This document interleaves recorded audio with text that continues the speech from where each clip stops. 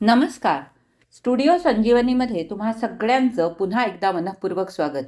मी नर्मदा परिक्रमेला गेले होते, त्यामुळे मधले 15-20 दिवस मी एकही कथा तुम्हाला वाचून दाखवू शकले नाही किंवा एकही कादंबरी वाचून दाखवू शकले नाही.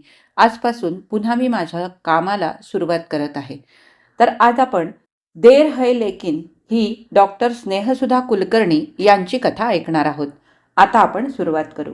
मी प्रसूतिगृहाच्या लेबर रूमच्या बाहेर अस्वस्थ उभा आहे. किती वेळ झाला आहे रजनीला आज जाऊन.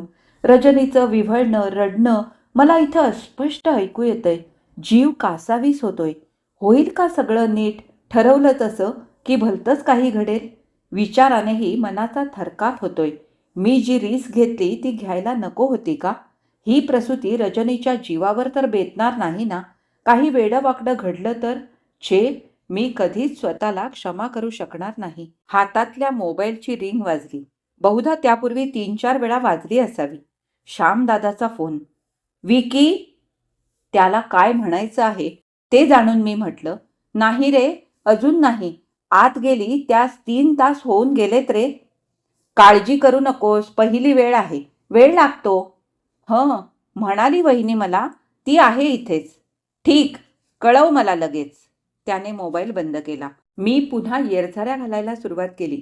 रजूचे काही बरे वाईट झाले तर मी स्वतःला क्षमा करू शकणार नाही. रजू स्वतः डॉक्टर आहे, गायनेक. तिनेच मला आतापर्यंत धीर दिला आहे. अहो, मी काळजी घेतली आहे, तुम्ही चिंता करू नका. पण पण या वयात रजू, माझाच आग्रह ना? पण मला हे नको थोडंच होतं. अहो, मी लग्नच करणार नव्हते. तुम्हाला सगळं सांगितलंच आहे, पण मलाही अनेकदा वाटायचं मातृत्वाचा अनुभव मिळावा. निसर्गाने मला दिलेल्या स्त्रीत्वाचा, मातृत्व क्षमतेचा मी अपमान करते आहे असं मनात यायचं. 40 नंतर तर मी ही शक्यता संपवलीच होती. आता माझ्याच इच्छेप्रमाणे होतंय सगळं. तुम्ही नका काळजी करू. रजू माझी समजूत काढायची, पण आता तिला आज जाऊन 3 तास होऊन गेलेत. किती अनपेक्षित घडलं आहे हे.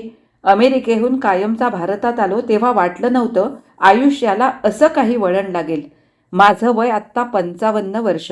माझ्यापेक्षा श्यामदादा 2 वर्षांनी मोठा, तर त्याचा मुलगा स्वर्ण आता अमेरिकेत नोकरीसाठी गेला. नुकताच तो इंजिनियर झालाय. दादाच्या मुलीचं, कांचनचं 2 वर्षांपूर्वी लग्न झालं. खरं म्हणजे तिच्या लग्नासाठीच मी भारतात परतलो. मात्र का कोण जाणे, अमेरिकेतील वास्तव्य संपवण्याचा मी तेव्हाच विचार केला होता. पुन्हा US ला आलो तरी प्रासंगिक, राहायचं भारतातच असा विचार मनात मूळ धरत होता. श्यामदादा तर प्रत्येक वेळी भारतात मी आलो की म्हणायचा, विकी, आता इकडेच ये ना कायमचा. किती दिवस एकटा राहणार आहेस? अरे, इथे माझ्या मुलाबाळा 4 माणसात राहा. वहिनीच्या हातचे सुग्रास जेवण कर. आता ती नोकरी सोड. तशीही तुला पैशाची कमतरता नाहीये. इथे टाइमपास म्हणून एखादा जॉब बघ. तुझ्या फोटोग्राफीच्या छंदात वेळ घालव. मी प्रत्येक वेळी हो हो म्हणायचो, पण आतून होकार यायचाच नाही. 25-26 वर्षे घरापासून, देशापासून दूर राहिलो, तेच बरं वाटायचं. एकटा जीव सदाशिव. मानसिक गुंतवणूक नको, पाश नकोत, प्रेम नको आणि विरहाचं दुःख नको. तसं मजेत चाललं आहे की. मग कशाला दादाकडे जायचं, दादाच्या कुटुंबात गुंतायचं? ही गुंतवणूक नकोच. 10 वर्षांपूर्वी दादाने न मी मिळून पुण्यात गावापासून दूर भुगावला प्लॉट घेऊन हा बंगला बांधला आहे. 2 मजले. वरचा मजला माझा केवळ नावाला. माझा दादाच तो वापरत होता. मी दरवर्षी इंडियात यायचोच बहुधा, कधी 3-4 आठवडे तर कधी जास्त. पण आलो तरी जेवण खाणं खाली दादाकडेच असायचं. वहिनीने ते गृहीत धरलेलं असायचं की मी खालीच राहणार आहे. ती माझी सगळी व्यवस्था पाहायची. पुतण्यांना पण माझे इथे राहणे आवडायचे. त्यांच्या सहवासात वेळ पटकन जायचा. केवळ झोपण्यापुरता मी वर जायचो. मला दादा, वहिनी आणि त्याची मुलं यांच्याविषयी ओढ वाटायची, पण म्हणूनच इथे राहायचं नाही, कुणात गुंतायचं नाही असं मी स्वतःला बजावायचो. हो, मला कुणात गुंतायचं नव्हतं. इथल्या मित्रांमध्ये मी मिसळायचो, गप्पा करायचो, त्यांचा सहवासही मला आवडायचा. पण गुंतवणूक? हं, सगळे त्या क्षणापुरते. ती वेळ गेली की मी माझा एकटा. तेच बरं वाटायचं. कुणाला खोटं वाटेल, पण 25 वर्षात भारतात किमान 15 वेळा आलो असेन, पण मी एकदाही मुंबईला गेलो नाही, फिरलो नाही. पासपोर्ट व्हिसाचं काम मी दिल्ली किंवा चेन्नईला जाऊन करायचो. दिल्लीला उतरून लांबचा प्रवास करून पुण्यास यायचो, पण मुंबईचं दूरदर्शन नको वाटायचं. लहानपणापासूनच मी असा दुराग्रही, निश्चयी, दृढनिश्चयी. SSCला बोर्डात यायचंच असं ठरवलं होतं मनाशी. नव्हे, दृढनिश्चयच केला होता तसा, आणि बोर्डात मी पहिला आलो. महाराष्ट्रात पहिला. शाळेत मोठा सत्कार झाला माझा. मित्रांनी डोक्यावर घेतलं, आईबाबांनी कौतुक केलं, नातेवाईकांनी भेटवस्तू दिल्या. पेपरमध्ये आईबाबांबरोबर माझा फोटो छापून आला तेव्हा त्यांना धन्य धन्य वाटलं. आणि श्यामदादा, कॉलेजच्या दुसऱ्या वर्षाला होता तो. पॉकेट मनीतले पैसे वाचून त्याने मला रिस्टवॉच भेट दिलं. त्याच्या डोळ्यात माझ्याविषयीचा अभिमान होता, तसं प्रेमही होतं. तो हुशार होता, पण माझ्या इतका नाही. अर्थात आमच्या दोघांच्याही मनात हुशारीची तुलना कधी आलीच नाही. माझे आईबाबा, दादा आणि मित्र यांच्या सहवासात मी किती सुखी होतो. हुशार असल्यानेच मनात खूप स्वप्न बाळगून होतो.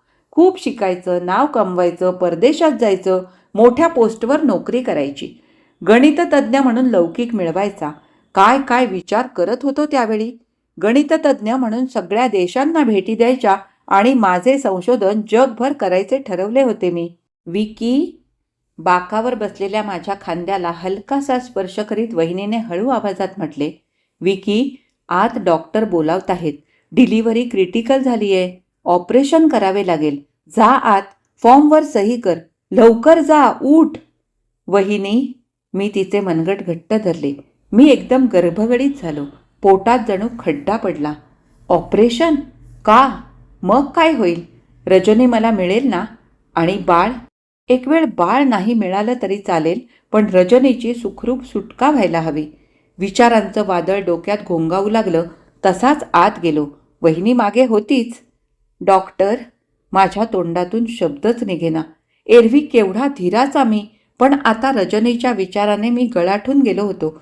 शरीरातली सारी शक्ती कुणीतरी शोषून घ्यावी तसा गलितगात्र झालो होतो. बी ब्रेव मिस्टर विक्रम, डॉक्टरांनी खांद्यावर थोपटले.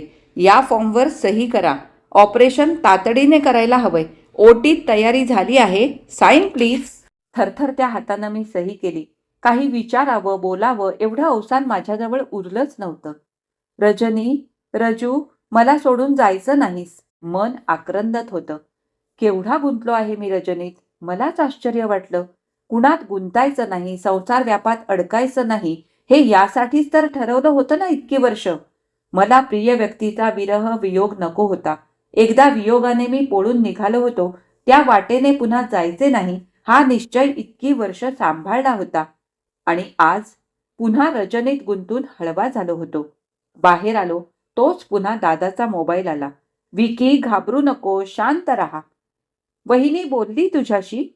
हो, तिने तू फॉर्मवर सही केल्याचं सांगितलं. मी पोचतो तिथं तासाभरात. धीराने घे. विकी, वेडे वाकडे विचार मनात आणायचे नाहीत, कळलं? माझी शपथ आहे तुला. दादाच्या आवाजात जरब होती, अर्थात प्रेमापोटी आलेली. हं, ऐकेन तुझं. आणि मी मोबाईल बंद केला. दादा असे का म्हणाला हे लगेच लक्षात आलं. दादाच मला पूर्णपणे ओळखून आहे, म्हणूनच तोही अस्वस्थ झाला असणार. त्याचं माझ्यावर खूप प्रेम आहे, म्हणूनच तो असा बेचैन झालाय. मी रजनीचं काही बरं वाईट झालं तर पुन्हा आत्महत्या करायला निघेल असं भय वाटत असेल त्याला. 26-27 वर्षापूर्वींची गोष्ट आज त्याला लख्ख आठवली असेल. होय, वृंदासाठी मी असाच जीव द्यायला निघालो होतो. तिला सोडून मला या जगात राहायचंच नव्हतं. मी रेल्वे रुळावर उभा होतो. गाडीची शिट्टी ऐकली होती. रेल्वे गाडी धडधडत येत होती आणि 1 मिनिट आधी जीवाच्या आकांताने धावत येऊन दादाने मला मागं खेचलं होतं. गळ्याला घट्ट मिठी घालून ओक्साबोक्शी रडत तो म्हणाला होता, विकी, अरे काय करणार होतास तू? अरे मला सोडून जाणार तू? चल, आपण दोघेही उभे राहू या रुळावर पुढच्या गाडीची वाट पाहत. चालेल? त्याच्या खांद्यावर डोकं ठेवून मी अतीव दुःखानं म्हटलं होतं, दादा, नाही रे सहन होत. वृंदाने असं करायला नको होतं. ती असं काही करेल असं वाटलं नव्हतं. चल, थांबवतो विषय. माझ्या खांद्याभोवती हात टाकून मला चालवत त्याने म्हटलं होतं. विकी, खरं सांगू, वृंदा काहीशी ॲबनॉर्मल होती. खूप हुशार आणि जिद्दी माणसं बऱ्याचदा असा टोकाचा निर्णय घेतात. त्यांचा इगो त्यांना सर्वात प्रिय असतो. त्याला धक्का लागला की ती सैरभैर होतात. पण पण माझं काय चुकलं दादा? अरे, माझं प्रेम तिला थोपवू शकलं नाही. मी कमी पडलो. जगायला लायक नाही मी. मला यापुढे सुखाने जगताच येणार नाही. नाही विकी, काळ हे सगळ्या दुःखावरचं एकमेव औषध आहे. तू स्वतःला सावर, खंबीर हो. काळ तुला साथ देईल. अरे, तू असा विचार केलास तर मला, तुझ्या वहिनीला किती यातना होतील कल्पना आहे तुला? आई-बाबांच्या माघारी आता आपण दोघेच आहोत एकमेकांना. त्याने परोपरीने माझी समजूत काढली होती. इतकेच नव्हे तर वहिनीच्या देखत माझ्याकडून आत्महत्या करणार नाही असं वचन घेतलं होतं. मी बुद्धीने जितका तल्लख तितकाच स्वभावाने हळवा, अतिसंवेदनशील, चटकन भावविवश होणारा. निदान तेव्हा तरुणपणात तरी मी तसा होतो. म्हणूनच वृंदाने आत्महत्या केली तेव्हा मीही जीव द्यायला निघालो होतो. त्या क्षणी दादानं वाचवलं नसतं तर तर आज रजनीसाठी व्याकुळ होऊन उभा राहिलेला दिसलो नसतो. वृंदा माझ्यासारखीच हुशार होती. मी एसएससीत बोर्डात पहिला आलो त्यानंतरच्या पुढच्याच वर्षी वृंदा मुंबई इलाख्यात दुसरी आली होती. मी हुशार असलो तरी माझा इगो तिच्या इतका टोकदार नव्हता. जिद्द असली तरी घमेंड नव्हती. उलट मी हुशार असूनही सर्व मित्रांमध्ये मिसळायचो. मित्रांमध्ये तुलना करावी, हुशारीची ऐट दाखवावी असं कधी वाटलंच नाही. घरचे मध्यमवर्गीय संस्कार, साधी राहणी आणि ज्ञानार्जनाची अतोनात ओढ, त्यामुळे खरंच त्यावेळी मी विद्यार्थ्यांमध्ये एक आदर्श आणि अनुकरणीय विद्यार्थी होतो. एसएससी नंतर बीएससी केलं, तेही दैदिप्यमान यश घेऊनच. मग एमएससी करायला मुंबईला गेलो. नंतर एखादी स्कॉलरशिप मिळवून परदेशात जाण्याचा माझा विचार होता. तेव्हा फॉरेन रिटर्नला व्हीआयपी समजत. आमच्या सामान्य मध्यमवर्गीय कुटुंबात तोपर्यंत कुणी परदेशात शिकायला गेलं नव्हतं. पण मला रँगलर परांजपे व्हायचं होतं. नाव कमवायचं होतं. बुद्धीची देणगी होती, कष्टाची तयारी होती आणि ध्येयाचा ध्यास होता. पण पण एका गाफील क्षणी मी वृंदाच्या प्रेमात पडलो.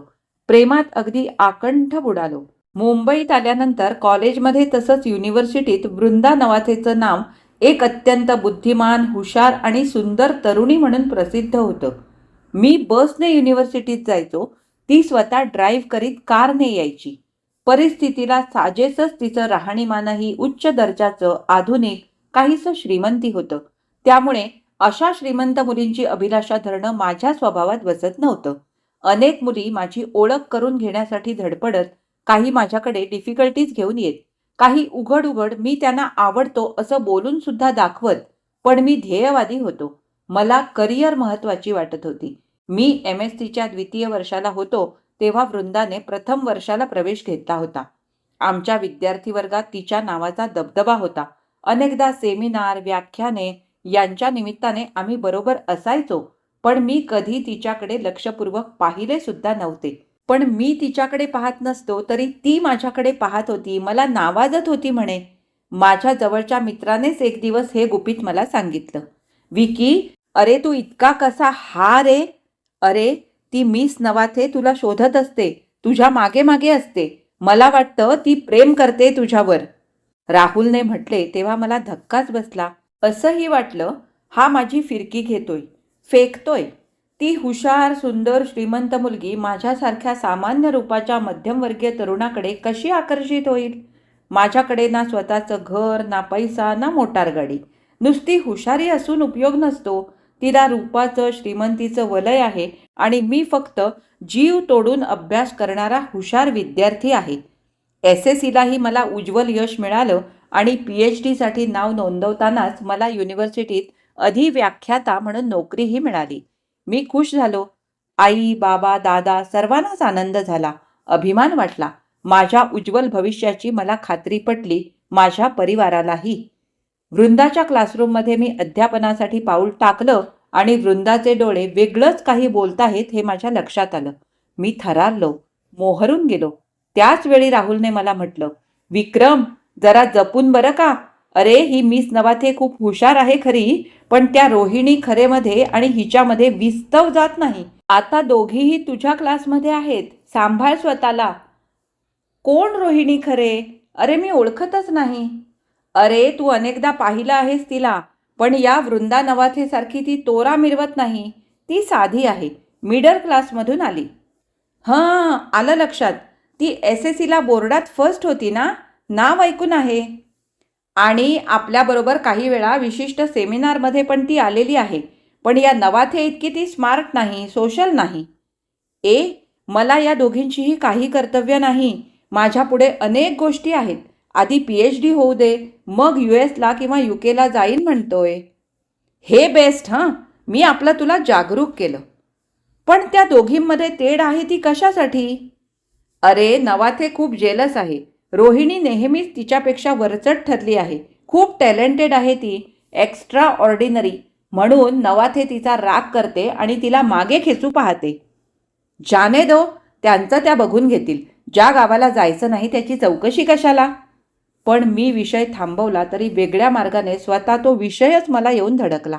रोहिणी खरे अगदी साधी सामान्य होती. सदैव अभ्यासात बुडालेली असायची. तिच्याबरोबर नेहमी एकच मैत्रीण असायची. उलट वृंदा नवाथेबरोबर 2-3 मैत्रिणी असायच्याच. तिच्या आलिशान गाडीतून जाताना या मैत्रिणींना धन्यता वाटायची. स्तुतीपाठकांच्या घोळक्यात वावरणं वृंदाला आवडत असावं. राहुल म्हणाला तसं वृंदा मला क्लासरूम बाहेर भेटायचा प्रयत्न करायची. स्टाफरूममध्ये डिफिकल्टीज घेऊन यायची. तिच्या हुशारीने मीही प्रभावित होत होतो. पण वृंदाचं बोलणं माफक, सभ्य असायचं. माझ्याविषयीचा आदर तिच्या शब्दाशब्दातून डोकावायचा. अनेकदा दूर उभी राहून ती मला न्याहाळत असायची. तिला मला एकत्र पाहून विद्यार्थिनी मिश्किलपणे हसायच्या, सूचक बोलायच्या. मग एकदा कॉलेजबाहेर योगायोगाने आमची भेट झाली आणि वृंदाने मला आग्रहाने तिच्या गाडीने माझ्या निवासस्थानी सोडले. एकदा मला कॉफीचा आग्रह करून कॅफेत घेऊन गेली. मी गुंतायचं नाही असं ठरवत होतो आणि वृंदा जाणीवपूर्वक एक एक पाऊल पुढे टाकत होती. आणि PhD होण्यापूर्वीच वृंदा आणि मी लग्नबंधनात अडकलो. माझ्या घरून विरोध होण्याचे कारण नव्हते. आई बाबा पुण्याला होते. आई कॅन्सरने आजारी होती. बाबा तिची सेवा करताना खंगून गेले होते. दादा नोकरीच्या निमित्ताने मुंबईत आणि वहिनी पुण्यात होती. ती सासू सासऱ्यांची सेवा करीत होती. माझा स्वभाव कुटुंबियांना माहीत होता. मनात आले तेच मी करणार, मग कशाला विरोध करायचा? उलट सधन कुटुंबातली उच्च शिक्षित पत्नी मिळाली म्हणून दादाने माझे कौतुक केले. आई बाबांनी आशीर्वाद दिले. मी युनिव्हर्सिटीत तर वृंदा कॉलेजमध्ये अध्यापन करीत होतो. आमचे दोघांचेही PhDचे संशोधन चालू होते. मी मुंबईत माझ्या ऐपतीनुसार फ्लॅट घेतला, संसार मांडला. वृंदाच्या सहवासात मी खुश होतो. तिच्या स्वभावातील काही दोष मला जाणवायचे, पण त्यामुळे आमच्या प्रेमात व्यत्यय येण्याचे काही कारण नव्हते. पण हळूहळू मला जाणवायला लागले की वृंदाला तुलना, स्पर्धा आणि द्वेष यात नको इतका रस आहे. ती आत्ममग्न असते. स्त्रीची स्वाभाविक कोवळीक बेताचीच आहे, पण पुरुषी महत्वाकांक्षा आणि छल कपट वृत्ती जास्त आहे. ती अगदी कुणाशीही तुलना करून मी कशी सरस आहे हे अनेकदा पटवू पाहायची. पण ही तुलना रूप, पोशाख, बुद्धिमत्ता, आर्थिक स्थिती, साहस अशा कोणत्याही बाबतीत असायची. आणि रोहिणीचं नाव तर ती अनेकदा उच्चारायची. द्वेषमूलक वृत्तीने बोलायची आणि मी तो विषय बाजूला करण्याचा प्रयत्न केला की चिडायची. मला वृंदाच्या घरच्या लोकांनी मी नको नको म्हणत असताना राहायला फ्लॅट दिला. अर्थात फ्लॅट तिच्याच नावावर होता. एरवी इतरांचे उणे-दुणे काढणारी, स्वतःला इतरांपेक्षा सरस समजणारी वृंदा माझ्या बाबतीत एक चांगली पत्नी होती. मला तिने कधीही माहेरच्या श्रीमंतीचा तोरा दाखवला नाही. तिच्या आईबाबांनी एक हुशार होतकरू तरुण म्हणून माझं जावई होणं खुशीने स्वीकारलं होतं. माझी फर्स्ट क्लास करिअर नावलौकिक आणि प्रतिष्ठा खेचून आणील याची त्यांना खात्री होती. ते मला आदराने वागवत. वृंदा माझ्यावर प्रेमाचा वर्षाव करीत होती. मी सुखात होतो, आनंदात होतो. PhDचा प्रबंध युनिव्हर्सिटीने स्वीकृत होऊन माझ्या हाती डॉक्टरेट पदवी पडली आणि मन खरोखर समाधानाने भरून पावलं. त्यापूर्वीच मी परदेशातील 3-4 युनिव्हर्सिटी स्कॉलरशिप करता अर्ज केले होते. मला परदेशात जाऊन माझी हुशारी सिद्ध करायची होती. मी परदेशात स्थायिक होणार नव्हतो कारण माझ्या माणसांवर माझं प्रेम होतं. आई स्वर्गवासी झाली होती, पण बाबा मुंबईतच दादा वहिनीकडे राहत होते. मी दर आठवड्यात दादाच्या घरी जाऊन सगळ्यांना भेटत होतो. आणि अचानक माझे नाव अमेरिकेतल्या स्टॅनफर्ड युनिव्हर्सिटीच्या फेलोशिपच्या लिस्टमध्ये आले. लग्नाला जेमतेम 2.5 वर्षे होत होती. वृंदाला सोडून 1.5 वर्ष दूर राहावे लागणार या विचाराने मी अस्वस्थ झालो खरा, पण मला अखेर हवे ते मिळाले, स्वप्न सत्यात आले या विचाराने मी अगदी खुश झालो. मित्रांनी जल्लोष केला. नातेवाईकांनी कौतुक केले. पण ही आनंदाची बातमी वृंदाला सांगताच ती एकदम गंभीर झाली, उदासली. वृंदा, 1.5-2 वर्षांचा प्रश्न आहे, धीराने घे. अगं, विरहाने प्रेम वाढतं म्हणतात ना. माझ्या अपेक्षेपेक्षा मला लवकर संधी मिळाली. मला माझे संशोधन जागतिक पातळीवर न्यायचे आहे. मी वर्षानुवर्षे केलेल्या कष्टांचे चीज झाले आहे. चल, आपण बाहेर जेवायला जाऊ, सेलिब्रेट करू. मी उत्साहाने बोलत होतो आणि वृंदा त्रयस्थपणे ऐकत होती. मला ते जाणवले. मला वाटले, आमची ताटातूट होणार या विचाराने ती गंभीर झाली आहे. मी स्वयंपाक केलाय, तुझ्या आवडीची वरणफळं केलीत, घरीच जेऊया, तिने थंडपणे म्हटले. मी नाराज झालो. अगं चल ना, बाहेर जाऊया.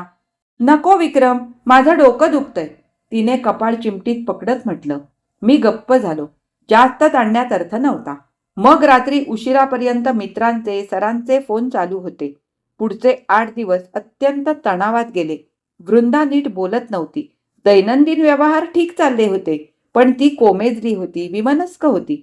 मी त्या दिवशी युनिव्हर्सिटीत जाण्यासाठी सकाळीच तयार झालो आणि वृंदा एकदम जवळ आली. मी तिला जरा जवळ घेत म्हटलं, बोल, आज जाऊ नको का बाहेर? काय आहे मनात? मी हसत होतो, खुशीत होतो, पण ती गप्प गप्पशीच होती. बोल, तुला काय हवंय? देणार?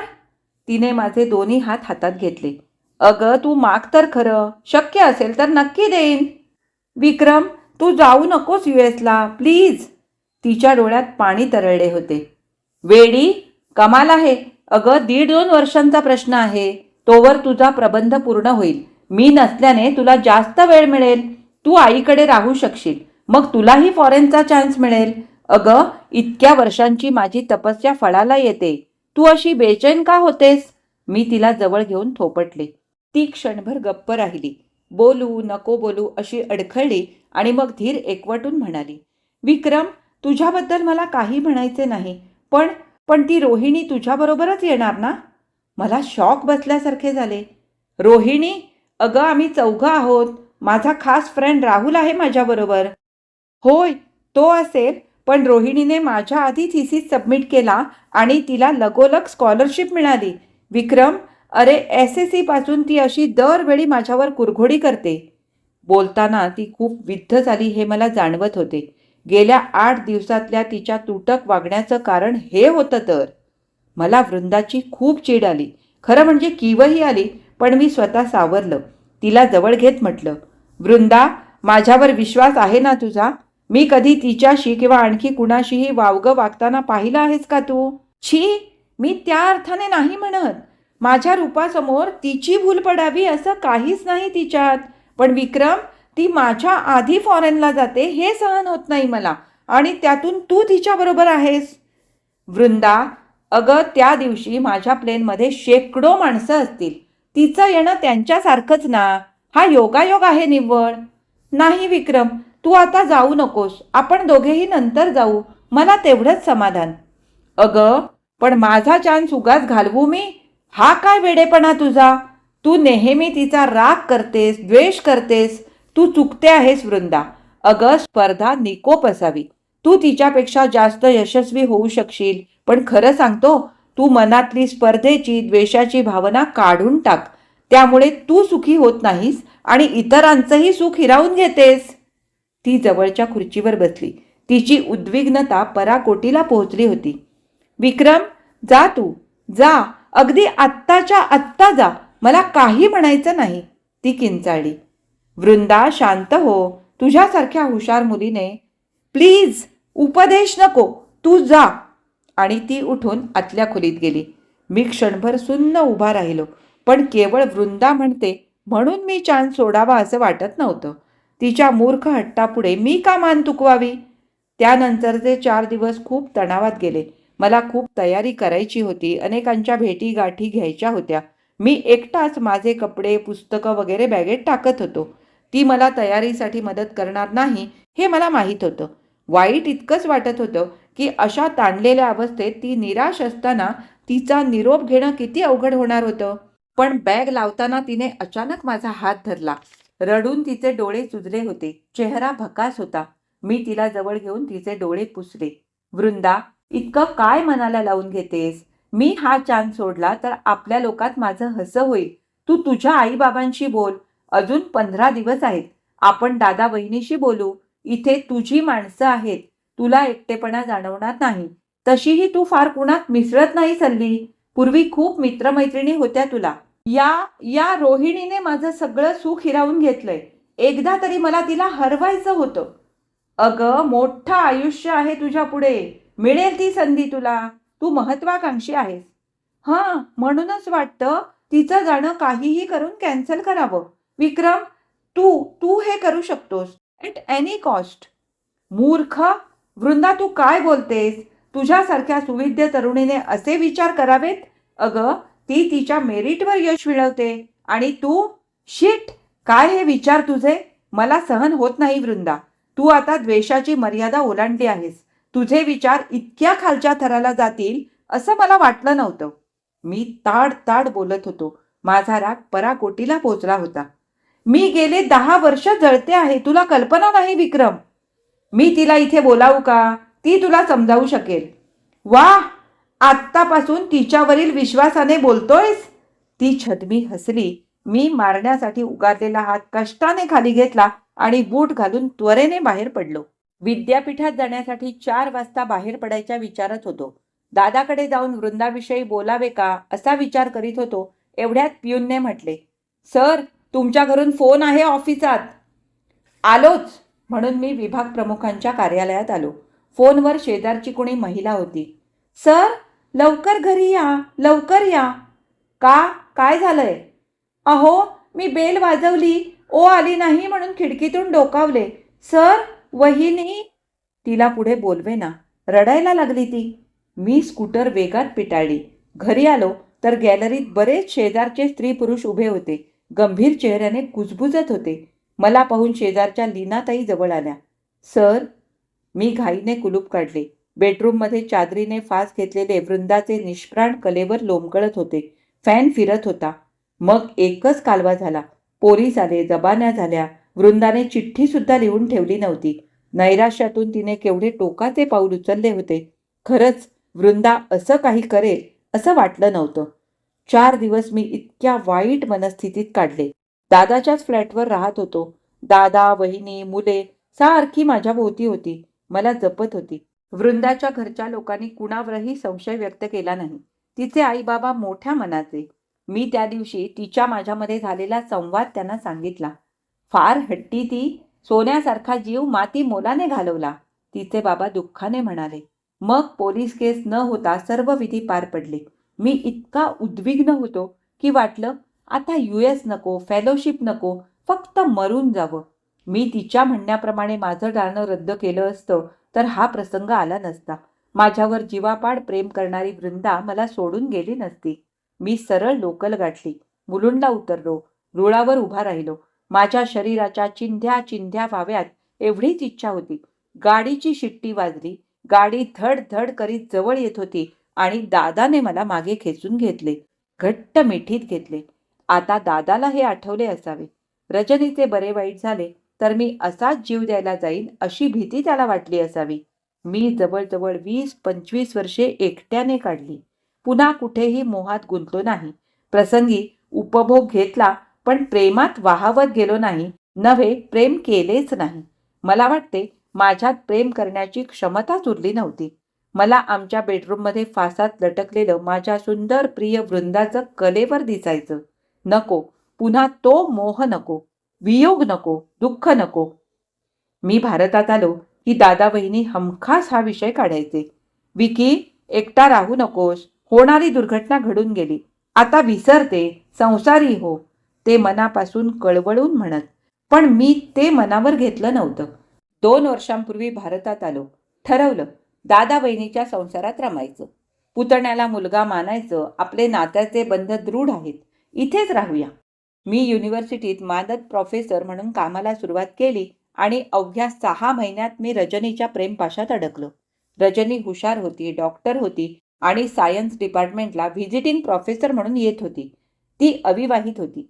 तिच्याशी मित्रत्वाच्या नात्याने बोलताना मी खूप आनंदित व्हायचो. असा आनंद जो मला 20 वर्षात मिळाला नव्हता. मी सहसा कुणाजवळ मन मोकळे करायचो नाही. पण एकदा सारा इतिहास तिला सांगून बसलो. तिने हलकेच माझ्या हातावर हात ठेवला. सॉरी सर, मला माहीत नव्हतं तुम्ही दुःखी झालात. नाही मॅडम, बरं वाटलं बोलल्याने. मी स्वतःला सावरलं. मग आमची मैत्री बहरू लागली. रजनीचा 25शी पूर्वीच प्रेमभंग झाला होता. एका उच्च शिक्षित तरुणाने लग्नाचं वचन देऊन तिला फसवलं होतं. आता तुझ्या मनात त्या व्यक्तीविषयी काय भावना आहेत? काहीच नाही. राग नाही, तिरस्कार नाही. व्हायचं ते घडून गेलं. त्यानंतर मी कधीही त्याला भेटले नाही. पण करिअर केली. भावांची लग्न झाल्यावर स्वतंत्र राहू लागले, तिने मोकळेपणाने सांगितलं. मग एके दिवशी मी रीतसर तिला लग्नाविषयी विचारलं. तिला बहुधा ते अपेक्षितच असावं, कारण आम्ही मनाने जवळ आलो होतो. रजनीबरोबर संसार थाटावा, गृहस्थ बनावं असं तीव्रतेने वाटत होतं. रजनी, तुझ्या माझ्या वयात 13 वर्षांचं अंतर आहे. विचार कर, मला आता खरंच वाटतंय माझं पुढील आयुष्य तुझ्या सहवासात जावं. मी आयुष्यात प्रथम कुणा स्त्रीचा एवढा अनुनय केला होता. तिने संमती दिली तेव्हा मला मी नव्याने जन्मलो असं वाटलं आता सुखात जगू. दादा वहिनी तर माझ्या या निर्णयाने खूप खुश झाले. मी उशिराने का होईना चांगला निर्णय घेतला, संसारी झालो याने ते आनंदित झाले. आणि रजनीने एके दिवशी भीत भीत मला म्हटलं, विक्रम, विक्रम, माझी पाळी चुकली. मी बेचैन झालो. आता असे काही होईल असे वाटलेच नव्हते. 40शी नंतर स्त्रियांना मूल होत नाही असे मी ऐकून होतो, पण त्याच वेळी आपण बाबा होऊ शकतो या विचाराने मोहरून गेलो. वाटले रजनीचे व माझे बाळ जन्मास यावे. तरीही उघडपणे म्हटले, रजनी, आपण डॉक्टरकडे जाऊ. ही रिस्क नको घ्यायला. या वयात तुला हे झेपणार नाही. पण रजनीने ते मनावर घेतलेच नाही. दादा वहिनी, तिच्या माहेरचे लोक सारेच खुश झाले. सगळ्यांनी तिची खूप काळजी घेतली. माझ्या बोलण्याकडे तिने जाणीवपूर्वक दुर्लक्ष केले. रजनी खुश होती. तिने त्या सुखाची अपेक्षाच केली नव्हती, ते तिला अनपेक्षितपणे मिळाले होते. ती म्हणे, विक्रम, मला आई व्हायचंय. मी डॉक्टरांचा सल्ला घेऊन माझी काळजी घेईन. तू नकोस काळजी करू. आणि आता मी प्रसूतिगृहाच्या बाहेर उभा आहे. अस्वस्थ आहे. माझी रजनी वाचू दे. बाळ नाही मिळालं तरी चालेल, पण एकटेपणाने जगणं नको. मला माझ्यावर प्रेम करणारी, मला जिच्यावर प्रेम करावंसं वाटतं अशी व्यक्ती हवी होती. सुदैवाने रजनीच्या रूपाने मला प्रेम करणारं माणूस भेटलंय. तिला हिरावून नेऊ नकोस. मी मनात प्रार्थना करीत होतो. एवढ्यात वहिनी धावतच माझ्याकडे आली. विकी, मुलगा 6.5 पौंड, छान आहे. हर्षातिशयाने तिच्या तोंडून शब्द फुटेना. मला आनंदाने शब्द सुचेनात. आम्ही एकमेकांचे हात हातात घेतले. वहिनी, तुझे आशीर्वाद आहेत. मी तिच्या पायाशी वाकलो. एवढ्यात आलेल्या दादाने मला मग घट्ट मिठीत घेतलं. विकी, जिंकलंस, त्याने मनापासून म्हटलं आणि मी रजनीच्या रूमकडे निघालो. ही कथा इथेच संपली. आज मी वाचलेली डॉक्टर स्नेहसुधा कुलकर्णी यांची देर है लेकिन ही कथा तुम्हाला कशी वाटली हे मला कमेंट करून नक्की कळवा. आवडली असेल तर लाईक करा, शेअर करा आणि जर तुम्ही माझ्या चॅनलवर नवीन असाल तर माझ्या चॅनलला नक्की सबस्क्राईब करा. आणि हो, सोबतचं बेल आयकॉन दाबायला मात्र अजिबात विसरू नका, कारण त्यामुळे काय होईल, माझे येणारे नवीन नवीन व्हिडिओ सगळ्यात आधी तुम्हाला ऐकायला मिळतील. आता आपण पुन्हा भेटू अशाच एखाद्या छानशा कथा वाचनासाठी. तोपर्यंत मी तुमचा निरोप घेते. धन्यवाद.